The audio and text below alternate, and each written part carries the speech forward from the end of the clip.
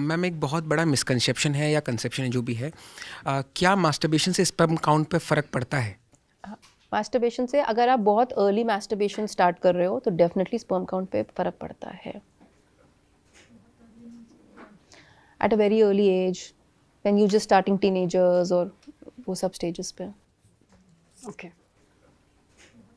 ये एक मॉरलिटी का सवाल हो सकता है, लेकिन उससे हट के मैं ये जानना चाह रहा हूँ। जैसे बच्चे करने के 2 थॉट होते हैं, एक स्कूल ऑफ थॉट्स हैं।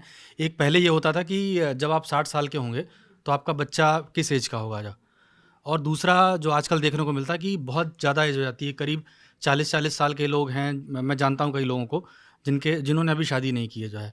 तो हर किसी का अपनी पसंद है और अपनी चॉइस है, लेकिन फिर भी शादी करने की एक आइडियल एज क्या होनी चाहिए, कुछ अगर कोई जानना चाहे तो आप क्या कहेंगी? सो मैं क्या सजेस्ट करती हूँ, देखो this is a very personal choice है ना, जिसको जब शादी करनी है। मेरे पास ही मेरे हॉस्पिटल्स में इतने लोग हैं जो अनमैरिड हैं और वो कहते हैं हमें शादी नहीं करनी है। सो इवन गर्ल्स बॉयज़ सब हैं।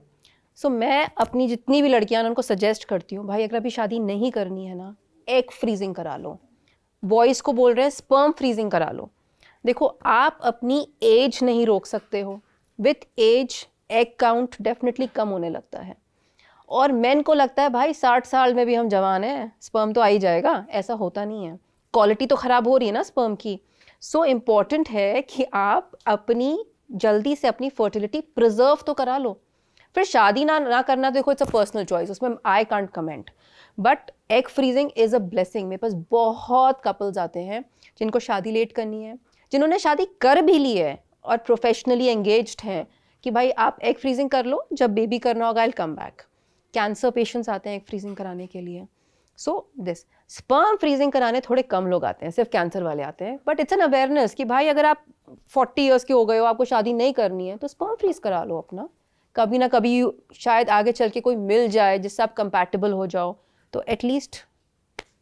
और इसमें कितना खर्चा आता होगा? चाहिए देखो egg freezing is expensive. Egg freezing में लगभग 1.5 लाख का खर्चा आता है, क्योंकि उसमें भी तो फिर इंजेक्शंस लगते हैं 10 दिन के, फॉलिकल्स बनते हैं, हम एग्स निकालते हैं।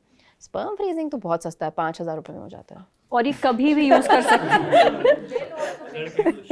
फिर इनको कभी भी यूज़ कर सकते हैं, 5 साल 10 साल और क्या, 10 साल तक we can do freezing. 10 and they have साल to renew their freezing every year. Renew the freezing मतलब पेमेंट करना होता है ना, भाई हम भी कब तक फ्री रखेंगे। अच्छा, तो हर साल उसको फ्रिज में रखने के लिए उसके पैसे देने पड़ते हैं। So it is called cryo preservation. Cryo preservation, ठीक है। मैं ये आखिरी सवाल पूछ रही हूँ, उसके बाद हमारे पास ऑडियंस के भी कुछ सवाल आए थे तो मैं वो पूछूंगी।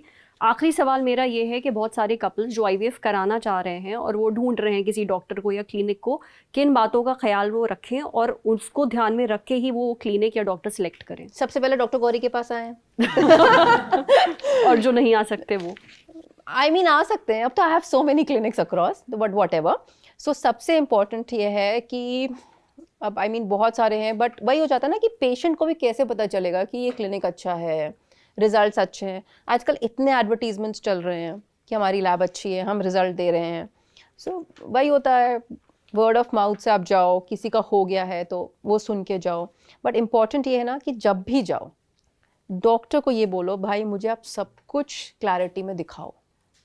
मैं अपने पेशेंट्स को हमेशा हर चीज़ क्लैरिटी में दिखाती हूँ। मेरा पेशेंट आता है, सारी रिपोर्ट्स डिस्कस करते हैं, फिर जो भी अल्ट्रासाउंड हो रहा है ना, मैं पेशेंट के हस्बैंड को भी अंदर बुलाती हूँ कि भाई देखो ये फॉलिकल्स बन रहे हैं। जिस दिन मैं एग निकालूंगी आप ये मत बोलना कि भाई ये 2 एग्स क्यों निकले और या 15 एग्स क्यों निकल गए। सो आपको ना एक हर स्टेप पे अगर क्लैरिटी रखोगे ना, तो अगर पेशेंट नेगेटिव भी हो जाता है ना, तो पेशेंट को पता है कि मेरे साथ क्या हुआ है। जो उसके अंदर बेबीज़ बने हैं, हम उनके फ़ोटोग्राफ्स देते हैं, उनको सब समझाते हैं आपका एम्ब्रियो की ग्रेडिंग क्या है, एंड उनको वो नंबर भी देते हैं जिसमें हम फ्रीज़ करते हैं, ताकि हम उनको दिखाएं कि हम आपका ये बेबी ट्रांसफ़र कर रहे हैं।